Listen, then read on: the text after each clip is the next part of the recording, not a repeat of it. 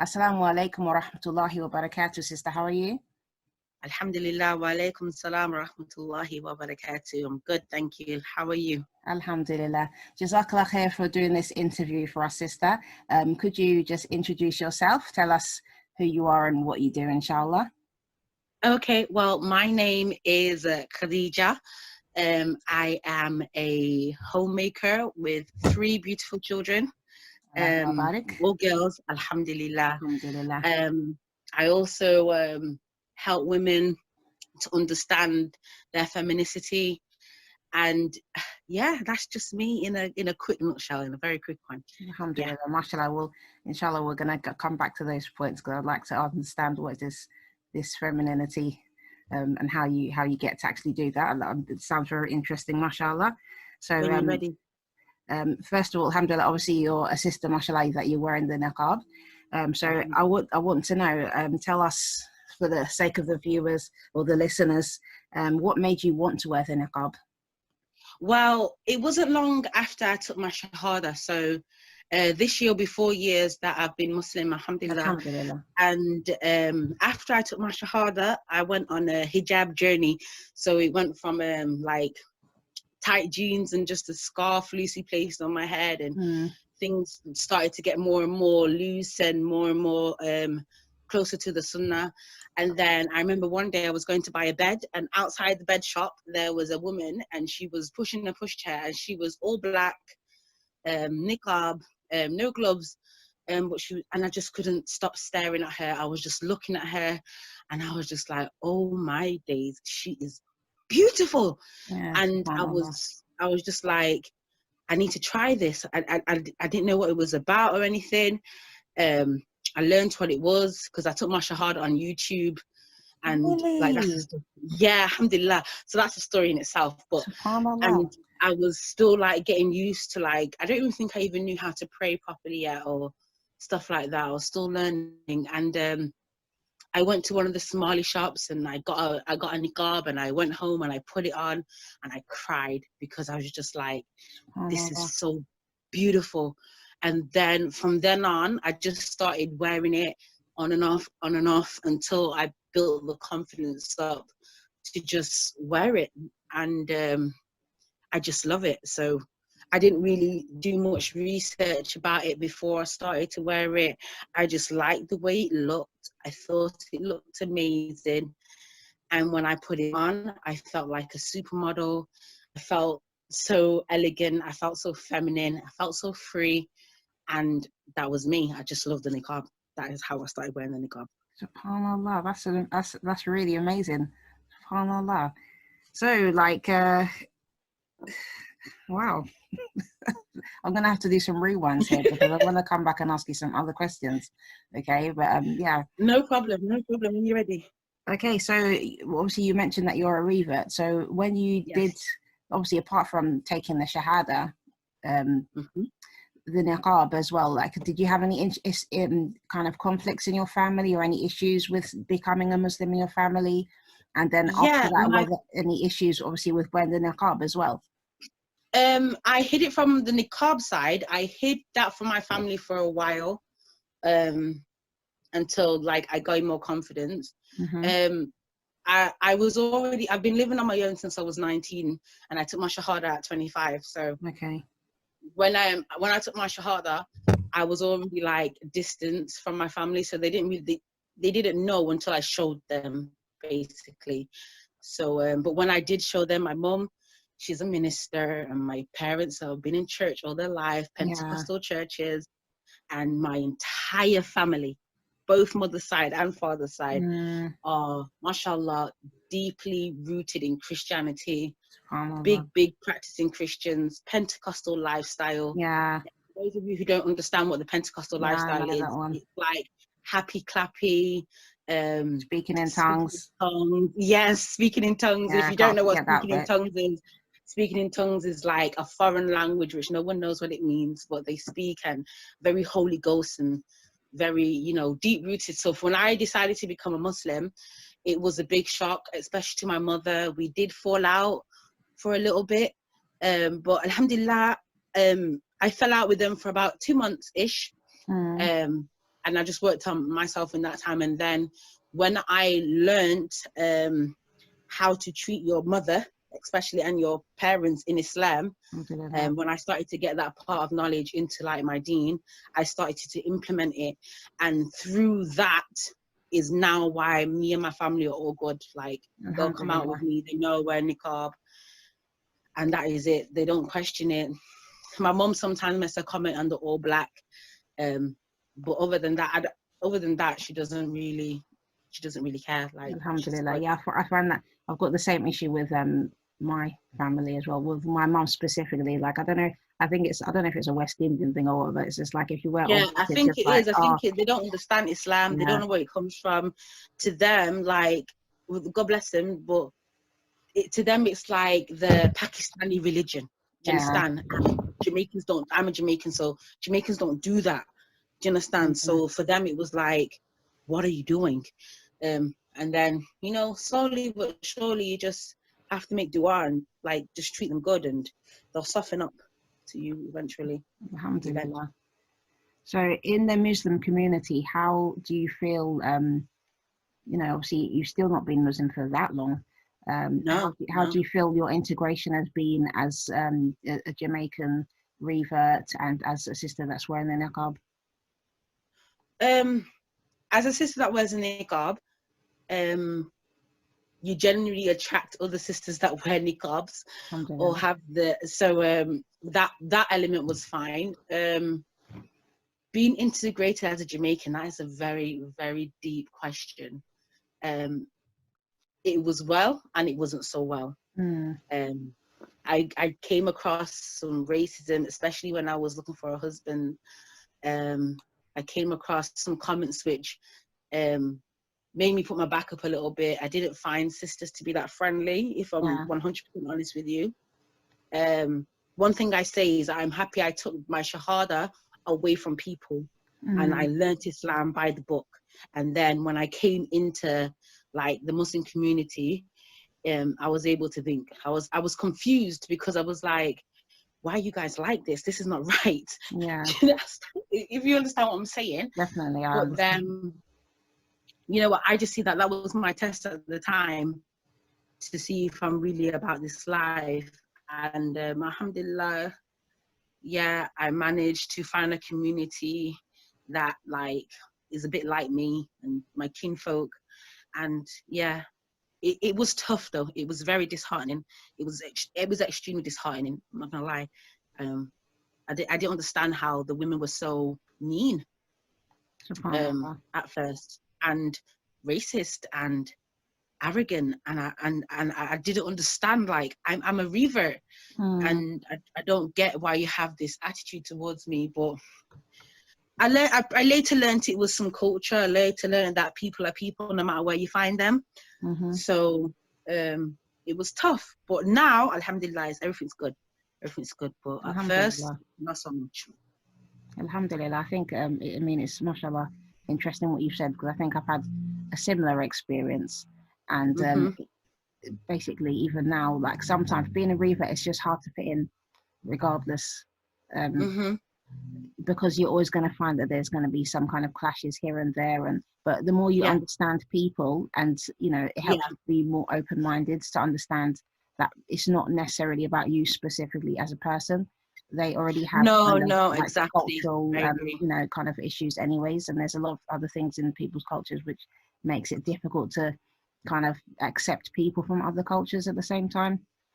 And they don't understand things that would be acceptable in their culture might not be acceptable where I'm from, and things that I do which is perfectly acceptable isn't acceptable. It's not right, isn't it? It's wrong. It's just preferences. It took a lot of humbling. Maybe there was arrogance within myself, thinking that I am the bee's knees, it's all about me. Do you understand? It took me to bring myself in a more humble position, and understand like everyone's different, because all my life I've been around Jamaicans, grew up with Jamaicans, Jamaican friends, Jamaican everything, and then all of a sudden I'm in a Islam is not really something that you find. Well, it's growing in Jamaica, but you know what I mean, you don't really associate Jamaicans and Islam together. Yeah. And then so I was now starting to mix with people who were completely different from me. Language, Yeah. different food, different ways of doing things. And it took it, a lot of it, I say, was me trying to deal with my own arrogance, me trying to humble myself, me being more patient. And that's what it really taught me, like, to just take a step back and observe a situation, and, you know what, embrace and understand, and don't try and force yourself on anybody all the time, and just be the type of person who's just willing to learn and willing to understand and willing to adapt. And I think that was the greatest lesson. That shock came to me, as painful as it was. I learned a lot from it. Alhamdulillah, alhamdulillah. That's the main thing. I think that's one of the beautiful things about pain. I think as human beings, sometimes we fail to reflect how important it is to go through difficulties, because that's how you grow as a person. If you don't have those difficulties and experience those pains, then you wouldn't grow. You're not growing, basically. So yeah, it's not good to be comfortable all the time, I suppose. So yeah, coming back to you mentioned that, you know, after becoming a Muslim, you saw a sister who was wearing the niqab. Okay, so was that the first time you'd seen somebody in niqab? You know, or is it, or you just It the wasn't first time the you first maybe time. noticed? Yeah, but it was the first time I noticed, and it was the first time I whoa. Do you know what I mean? Before, it just been like nothing. I've just been walking, minding my own business. Yeah. But this was the first time I was around. Yeah, subhanAllah. So do you feel that the niqab is a barrier? Yes and no. And sometimes you need a barrier for some things, and sometimes you don't. Can you expand on that? Do So I in feel? which sense? Yeah, I was just about to, like, because it's like, if I have to put it in different categories. So I don't work at the moment, but I can imagine that the niqab would be a barrier for professionals, especially in England. I think that would be very difficult. I think it's a good barrier because the niqab keeps you at a certain disposition, especially in certain areas. So you just like when you wear your hijab, there's certain things you don't want to do. It might not be necessary too bad, you just don't want to walk down that road because this is not somewhere where you should see a Muslim woman. Or do you understand where I'm coming from? Yeah, I don't definitely. know if I'm making myself clear. And also it's a barrier for other people. Like me, I'm very bubbly, I'm very smiley, I'm very friendly, and that can be really poorly misconstrued sometimes, especially by men.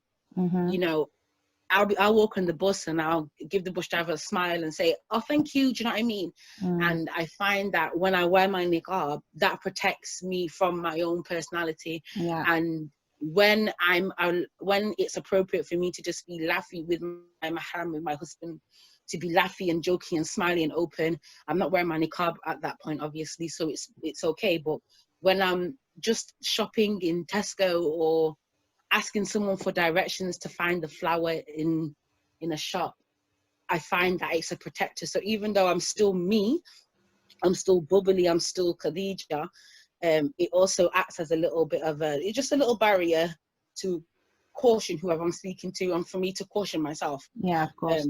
Just so it just doesn't get to a place where we need to have a conversation. Do you understand? It just doesn't go there. Yeah, I think that's important because it's just like you need boundaries in society, and I think you do. Yeah, you do. And it's literally good. Everybody's all about breaking the boundaries, but actually boundaries is some what boundaries don't need to be broken, people. Yeah, some of them need to stay right where they are and be happy where they are, and have personal space as well. People don't see, some people don't understand, like, you're infringing on somebody's actual personal space. I find that, so I don't work. I've never had a job when I'm wearing the niqab, so I don't. My youngest is still quite young, so I can't really speak from that perspective. From what I hear from my friends who do work and wear the niqab, most of them are in positions that don't involve customer service or face-to-face contact. Most of them work in an office or in a laboratory, or do you know what I mean? So yeah, the niqab isn't an issue for them. But I couldn't imagine someone in customer service or in a face-to-face role who wears a niqab. I wouldn't know how that would work out, if I'm totally honest with you. That's an interesting point. So shout out to any sisters who are in customer service wearing the niqab. Yeah. We'd like to hear from you. Yeah. Inshallah. Yes, please. Yes.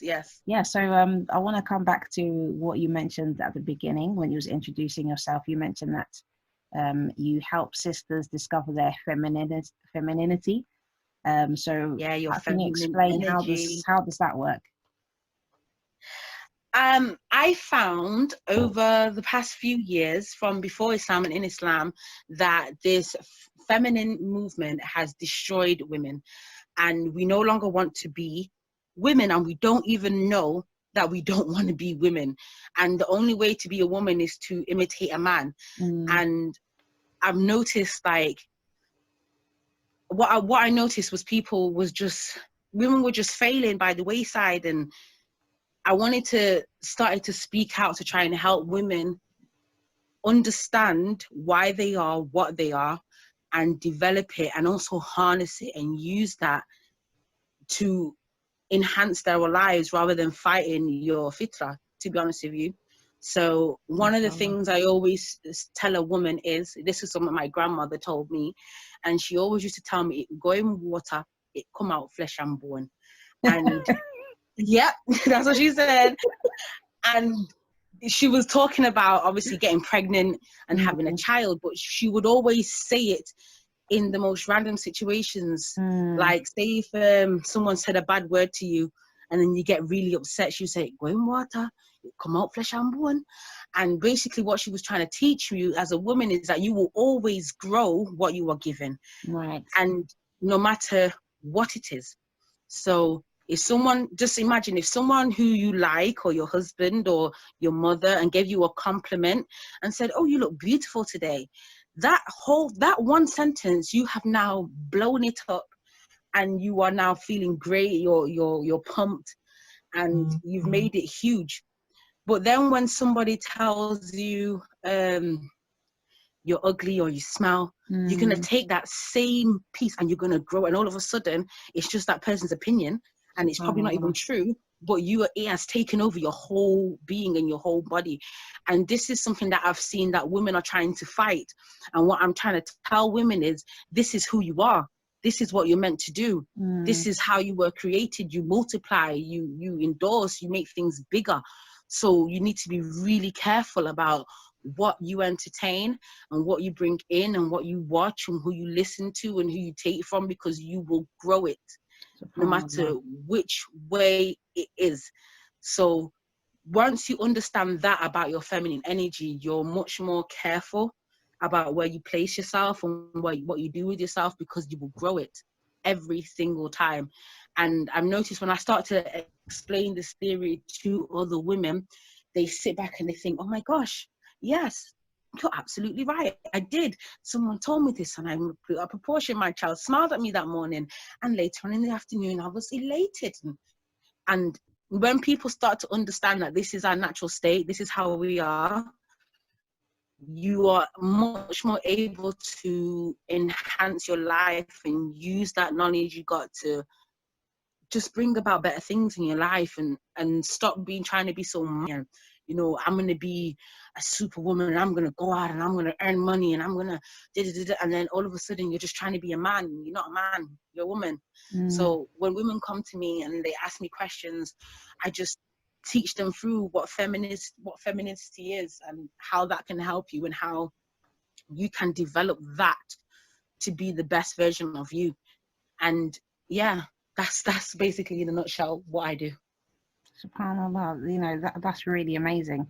And I love that saying, it goes in water. It goes in water, and it comes out flesh and bone. Flesh and bone. SubhanAllah. That's really amazing, actually. What you've just said is pretty mind-blowing. I never thought about it like that, but it makes so much sense. And to be honest, that's a book, sister. I'm expecting you to write a book now. You know that, right? Yeah, inshallah. No, seriously, that would be, and that'd be a great name for the book as well, you know. Oh, mashallah.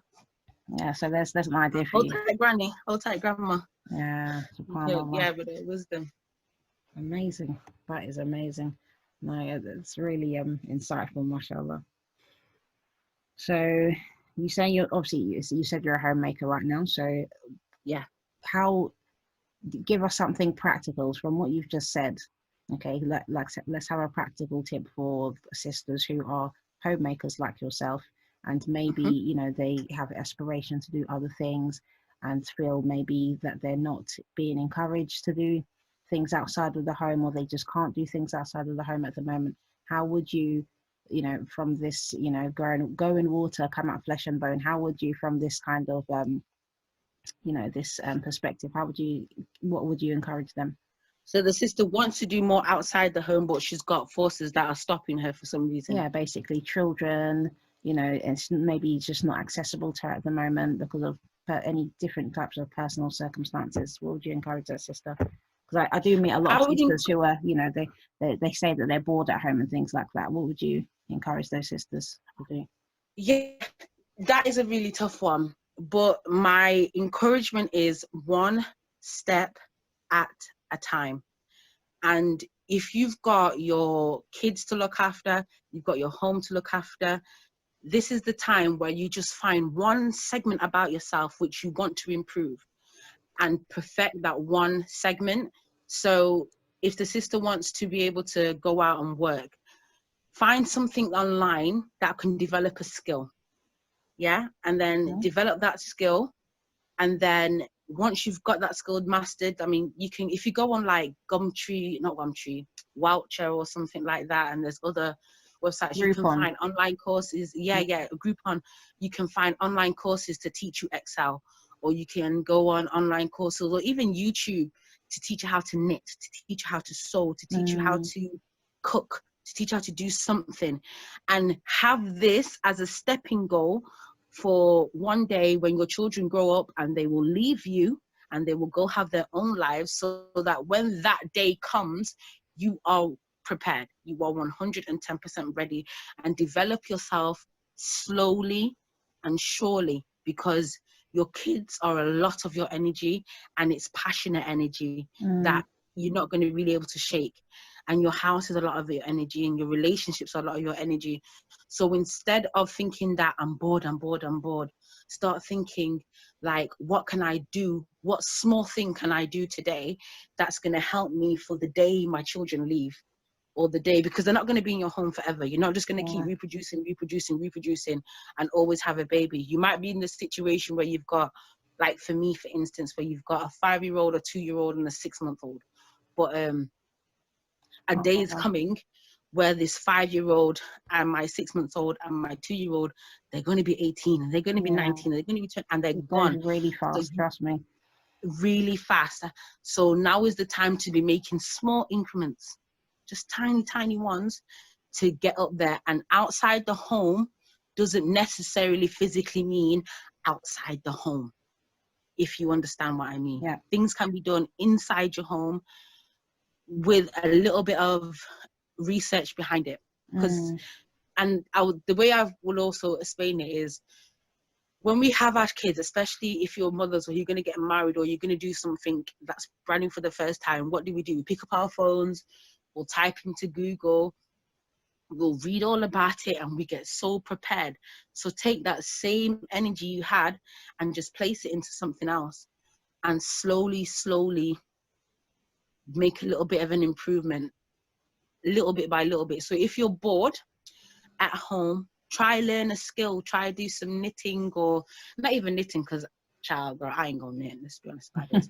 But I'm not. But I started watching cooking videos and just making new meals. And then I realized I started to gain weight, so then I started to exercise and stuff like that. But it took me a long time, and it was okay that it took me a long time, because some days I can't do anything except look after my kids. Yeah, subhanAllah. Some days I'll do something else and look after me. So small steps, if that makes sense. Yeah, alhamdulillah, totally. Yeah, definitely. MashaAllah, jazakallah khair. I think it's very beneficial points that you've just mentioned. So you mentioned obviously you're from a Jamaican background. Have you been to Jamaica since reverting to Islam? I went once. No, I've only been to Jamaica once when I was 16 on a family holiday. Alhamdulillah. Alhamdulillah. I would love to go, but not at the moment. But I would love to. Khair, inshallah. Khair, inshallah, you'll get to go. So, what about? Have you done any traveling wearing the niqab, or any traveling since you've been Muslim? I haven't been out of England yet. No, I haven't been out of England yet with the niqab. So I'm yet to experience airport customs and all these things. Wearing the niqab. Yeah, I'm yet to experience this. So what about just general traveling day to day and things like that? Have you ever faced any abuse wearing the niqab? I get a lot of stares. I get I had a comment, someone called me the Grim Reaper one day when I was filling up my car at the petrol station. I'm the type of person who's a bit feisty. So I will say something. And one thing that really shocks people is I'm British. I was born here. I've got a really British accent. So they look at me, assume I can't speak English. And then when they hear me speak, that alone scares them. I find a little joke in that. And then we move on. I say something. I say something. I don't stay quiet. I ask them if they're okay. I say, do you need help with anything? I've had someone throw some liquid at me. Liquid? From a car once. Yes, some form of liquid. I don't know if it was water. I was pushing she was my 2-year-old now, but she was under 1 at the time. I was pushing her in a pram, and someone threw some out of the car at me. They threw something out of a car? I literally the car was driving past and they threw some liquid at me. And I was just like in shock. Like I couldn't believe it happened. I was with my husband at the time and was like, what? But I say something, and I normally find like that breaks the barrier. But when they say something and it hurts, I also have the mindset as in, I'm gonna get to you, Yom Kiyama, okay? This isn't over, okay? You might think you've got away with it, but it's not over, okay? So sometimes I tell myself that, do you understand? But that's just my little cray-cray side coming out. Yeah. So do you think, as a Muslim, obviously, and Niqabi sister, apart from obviously getting the odd stare from maybe non-Muslims and even Muslims at times, do you think that wearing the niqab you get treated differently from sisters who don't wear the niqab? Of course, yes. Of course, they think we're super pious, righteous women who never ever do anything wrong. It's really superficial. It's like they think we're some Hafiz Quran, studied in Saudi for so many years, under Sheikh Fulan. No, we are just like you. We are just like all of you. We have the same struggles. We have the same doubts sometimes. We cry the same tears. We're nothing special. Wallahi, we're nothing special. And I find like people are so superficial. The minute they see someone in niqab, and you might see someone in niqab doing something a bit questionable, you're like, oh my God, I can't believe she was like this. And she wore niqab too. I'm like, what's that got to do with the price of salt? Yeah, exactly. Wearing the niqab, alhamdulillah, this is something that Allah has made easy for us. Do you understand? But there's things that aren't easy for us, you know? You don't know what goes on. When I go in my house and I shut my door and I come upstairs, you don't know what I'm thinking. You don't know what I'm doing. You don't know who I'm talking to. You don't know nothing. Yet you see me in the niqab and you automatically think like, I'm this amazing, mashallah, Muslim. And some niqabis wear it for the accolades. Let's just be real about this. Yes, let's just be real. Some people wear it for the accolades that it gets you. But we really, as a ummah, need to stop looking at things like this, because we all have our different struggles. Like, before I took my shahada, the things that I used to do, like the partying and all the other stuff like that before I became a Muslim, there's a reason why I wear this niqab on my face, because I understand the power of a smile on your face and how there's a reason. Do you understand? Yeah. And you might put the niqab on for a completely different reason than I put the niqab on now. Don't get it twisted, we all wear it for Allah. But the path that we took to get to there could be completely different paths. So I don't want you to look at me like I'm some overly righteous, never doubting, never having low iman, always doing like my sunnah fast and all the. No, sweetie, no. I am just as human as you. I struggle just like you. And people look to me like I'm some alim, or I can give them advice. And I'm like, sis, wallahi, this is just how I choose to practice my deen today. Who knows what I'm going to do tomorrow? Who knows what I'm going to do the day after? I'm just trying my best out here. And for me right now, best, but you need to strive to I could be sat here with my God, you don't even know if I hit my salah today. That's just where it is. You can't put us on a pedestal. Sorry, sister. Yeah. Sorry, sister. Could you just repeat that last sentence, please, because of the connection just broke a little bit. Oh, sorry. What was the last thing that you heard? You were saying that you don't know, people don't know what you're doing when you go in your house and. Oh, yeah. And I'm like, you're looking at me wearing niqab. And mashallah, niqab is a good thing. Niqab is the best thing you can wear. I agree. But at the same time, you don't know if I prayed today. You don't know. So don't look at me wearing my niqab and start comparing your journey to my journey. It's completely different. We are the same. We're both striving to worship Allah, and people putting the niqabis on this pedestal, and you hear it when sometimes when you listen to like some dawah people, and they're like, "MashaAllah, it's a niqab sister," and look, some people, this niqab is not going to change the fact that I pray today or not. Do you know what I mean? There's far much more that we can concentrate on, and I don't think it's right that we get. SubhanAllah, we just had a little bit of internet connection interruption. I'm just going to repeat a couple of the things that you've just said, just for listeners, so that they can understand everything that you were saying. So basically, what Sister Khadija has mentioned just now is that people often put niqabis on a pedestal. They think that we're very pious just because we're wearing a niqab, but maybe sometimes a sister who wears a niqab, she might not even be doing her prayers on time or something like that. We all have different challenges, and often people look at us and they make a big deal to the fact that we're wearing the niqab and that we're pious or something like that. But this isn't the case. Every woman, every Muslim has their own challenges, their own issues. Alhamdulillah, if you wear a niqab, then it's something that Allah has made easy for you, but there's definitely other struggles that you will be going through. SubhanAllah. So, and I definitely agree with you to that fact, because I find that, as a niqabi myself, sometimes I go places and people, just because I'm wearing the niqab, I feel like, alhamdulillah, I do obviously try to implement Islam to the best of my ability. So I'm not saying that, oh yeah, I go around like a bad person, but sometimes people meet me and it's like, I feel like, they'll be like, oh yeah, make dua for me, sister, make dua for me. And it's just, they seem to think that because I'm wearing the niqab, that automatically makes me good. And I think this stems from, a lot of cultural beliefs, where, for example, in certain cultures, I've seen that some sisters, for example, especially young sisters, they don't wear the hijab.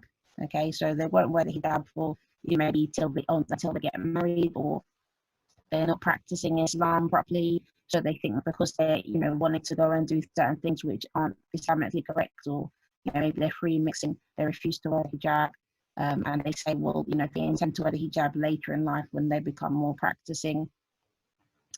And subhanAllah, so I think it's related to this kind of thing. So obviously wearing the niqab is like the next level, like after wearing the hijab, covering your face as well. That's like the more complete hijab. They see it as like, oh, because you've got the hijab on, that must mean that you're doing like everything properly. But it's not like a checklist of things you need to do before you just put the hijab on, or the niqab on even. But that's how people perceive it, when really it's not the case. Yeah. So yeah, just like you mentioned that, there's so many steps that people have been through, and people wear the niqab for different reasons. Not everybody's wearing it for the same reason, even though yes, we are wearing it for the sake of Allah. But you but the journey exactly. to that place is completely different. We all Different wear for it because everybody. it pleases Allah, but how I came to that realization will be completely different between how you came to that realization. And that's just what it is. Yeah, subhanallah. So coming back to treatment of niqabis and hijabis, so that's, I suppose that would, like, that you mentioned the differences between like how other Muslims treat niqabis, but do you think, or have you noticed any differences from non-Muslims, the way they perceive or the way they treat a sister who wears hijab to a sister who wears the niqab? Yeah, I feel that if you wear a niqab, people are afraid of you, or they automatically hate you for some reason. But when a sister just wears hijab, when I just say hijab, I mean literally a scarf. Yeah. I mean, because sometimes if someone wears a kilma or a jilbab, even that for some people is a bit extreme. So when people just wear like the scarf, and have like a Western outfit on, you're far more accepted. But the more Islamic you look, the more society on a whole doesn't really want to know you. They're scared. Okay, if you just go back to what you were saying, that people, they the more Islamic you look, the more scared they are of you. You was mentioning that. Assalamu alaikum. Sorry, the connection just went and came back. I'm not sure why. Okay, alhamdulillah, that's fine. Yeah, so you were saying basically that when people see you looking more Islamic, basically, that they feel more scared. Yeah, the more Islamic, the more scared they become, and I don't blame them for their fear because of what the media portrays and how Muslims are portrayed. So they paint us as terrorists, and then they see us, and then they get scared. So, what do you think, as being a niqabi sister, how do you think we can do? What do you think we can do to basically kind of like combat that? We can start behaving ourselves first of all, and I mean that we need to be more friendly and open when people ask you questions, if they ask you questions, or just be more vocal, do more interviews like this, start showing people that we have a life. We're not just people who are behind closed doors all the time and no one knows anything about us. And even with your own family, just go to see them more and start to combat it slowly. It's not going to change in a day. And go against what the media is saying of Muslims. Do you understand? Definitely. SubhanAllah. So do you know have you met anybody since you've been Muslim? Have you met anybody who is forced to wear the niqab, or have you met anybody who really wants to wear the niqab but they've been stopped from wearing it? I've never met anyone who has been forced to wear the niqab, ever. I have met sisters who really want to wear the niqab, and for one reason or another, they can't. I have literally just told them, buy a niqab, put it on. That's the first step. And just look in the mirror. Ask Allah to make it easy for you, and wear it just to your local shop and come back home. And then wear it a bit further and come back home. Slowly, baby steps, and you will get there. And ask Allah to make it easy for you, and understand the reasons why you wear it. Think about how it will affect you if you don't wear the niqab, and the things that you have in the niqab if you do wear the niqab. And remember, it is Allah who has put that passion inside your heart. No one has done that except Allah has given you that fire to wear the niqab. There's nothing you could have done to earn it. It's just something that Allah has given to you. Yeah, subhanAllah. And be grateful to Allah that, you know what, He has put that desire for me to wear the niqab, and I'm going to try and facilitate that desire. It's a good desire to have. Yeah, It's a subhanallah. fantastic desire to have, and it's from Allah. And just thank Allah. Even if you can't wear it today, just say, Ya Allah, thank you for giving me the desire to want to wear the niqab. Please make it easy for me. And as I said, baby steps, slowly, slowly, slowly. SubhanAllah. So I have to come back to the first part of the interview, because you said you took your shahada on YouTube, and I'm really curious. Yeah. I can't end this interview without asking you about that. So how did you manage to take your shahada on YouTube? Well, basically, I was having an argument one day with a Muslim brother. Okay. I was a Muslim, he was Muslim, obviously, Muslim brother. And we was arguing about Isa. And I was calling him Jesus at the time. And it was a typical Christian Muslim argument. I was saying he's the son of God. He was explaining, no, he's not the son of God. And I have been to Bible school, and I've studied theology once upon a time. And I was giving all my good theology arguments, pow, pow, pow. And he was just coming back with knowledge like pow, pow, pow. And I lost the debate. I never said that on the phone, but I knew I lost the debate. You know? I was just like, okay. And then I got angry. The conversation ended. And then that night I was scared to go to sleep, because I knew if I went to sleep and I wasn't Muslim, that I would die and I'm going to hell. SubhanAllah. And I woke up the next day and I said, I'm going to become Muslim. It was Eid as well. I didn't know it was Eid that day. It was just Eid. And then I searched around for a Muslim, couldn't find a Muslim, drove around the neighborhoods. And then I came home, went on YouTube, typed in how to become a Muslim. And I saw, okay, Ashhadu la ilaha. And I was like, there you go. SubhanAllah. Allahu Akbar. Allahu Akbar. What an amazing story. Wow.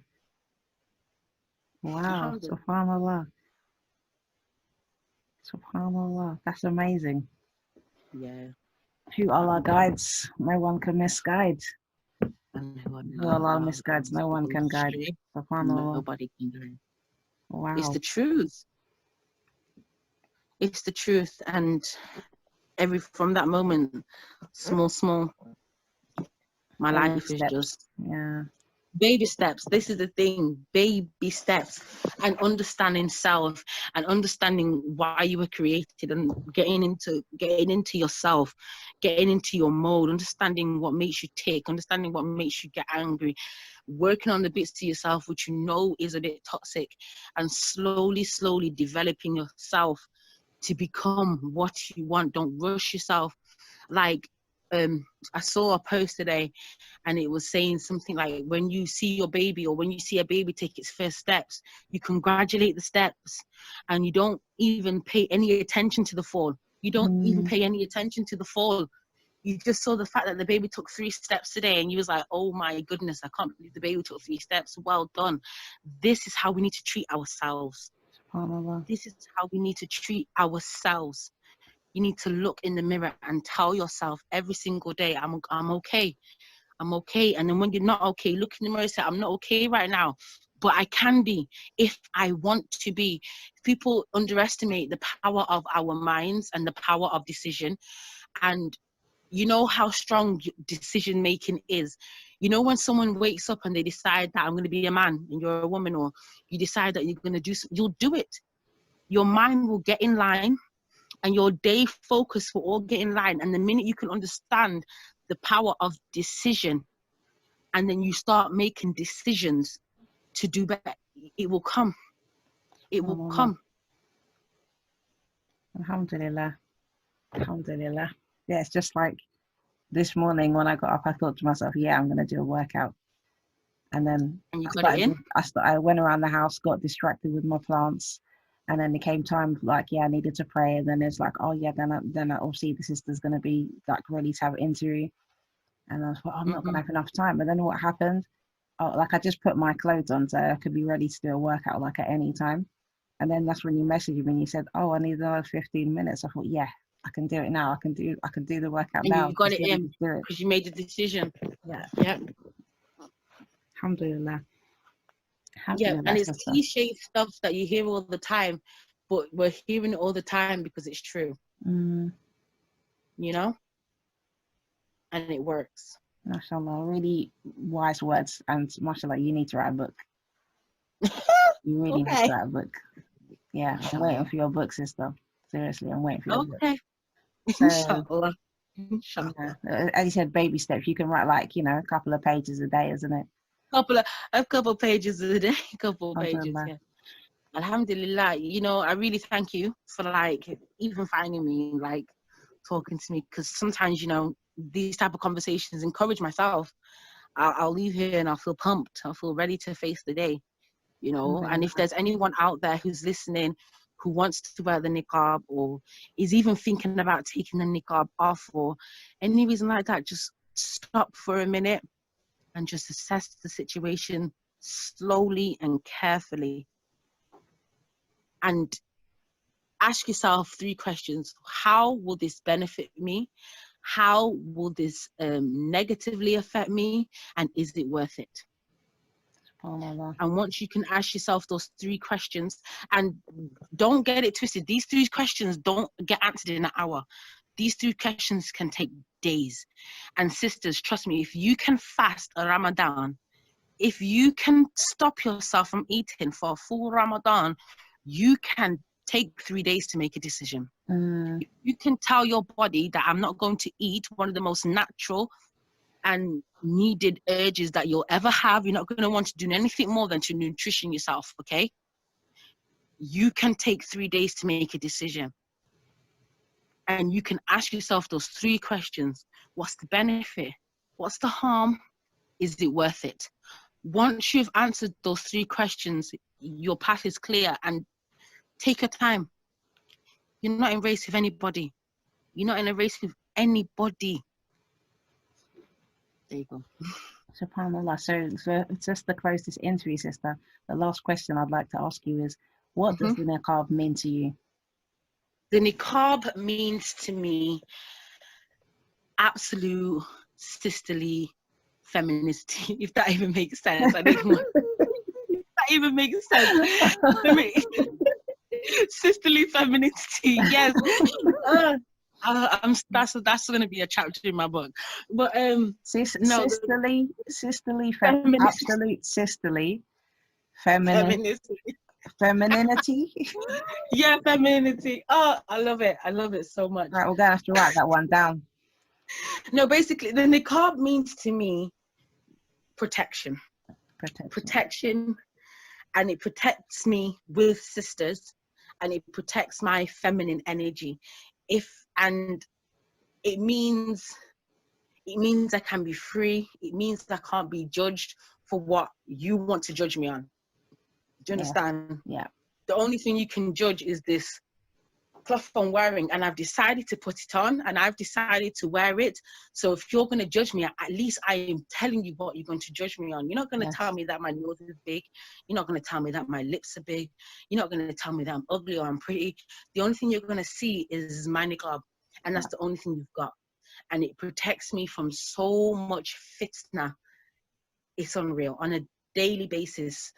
I remember one time I was in my car, and I was picking up my niece from school, and I must have hit the side mirror of someone else's car and bent their mirror back. It didn't break, it just bent back. And then this man came running out of the car, ready to come to my car. He knocked on the window. He saw that I wore a niqab. He was like, he couldn't even get his words out. And I was like, yes, you can't say nothing. Yes, be confused. Who do you think you are? Be confused. I was like, I'm sorry for your mirror. As you can see, there's a lot of people around, but he was ready to give an argument. And when he saw what he was dealing with, he had to stop in his tracks. He had to come correct. He couldn't just shout. He didn't know what to do. And I was like, yes, niqab. So it's protection. Alhamdulillah. It's protection. Alhamdulillah. Jazakallah khair, sister, for giving us your time. Yeah, no problem. Inshallah. And It's been amazing. You know, when I do these interviews, I never know what to expect, obviously, from sisters. I just know a little bit about you from, you know, the Instagram or something like that. But it's just, that's literally not even the tip of the iceberg to, you know, what I've been able to benefit from you today, alhamdulillah. So I really appreciate you sharing your story, or a little bit of your story. And I'm looking forward to reading your book, inshallah. Inshallah. Yes, jazakallah khair, sister. Okay, no worries. Any last piece of advice you'd like to give, or anything else that you'd like to add? The only thing I would like to end is worship Allah, everybody. Worship Allah. He's real. It is the truth. There is no benefit in any other path than the path of Islam. And worship Allah. That's the only advice I want to give to everybody listening. It's the only way. Jazakallah khair, sister. Thank you so much. Okay. Assalamu alaikum wa rahmatullahi wa barakatuh. Wa alaikum salam wa rahmatullahi wa barakatuh.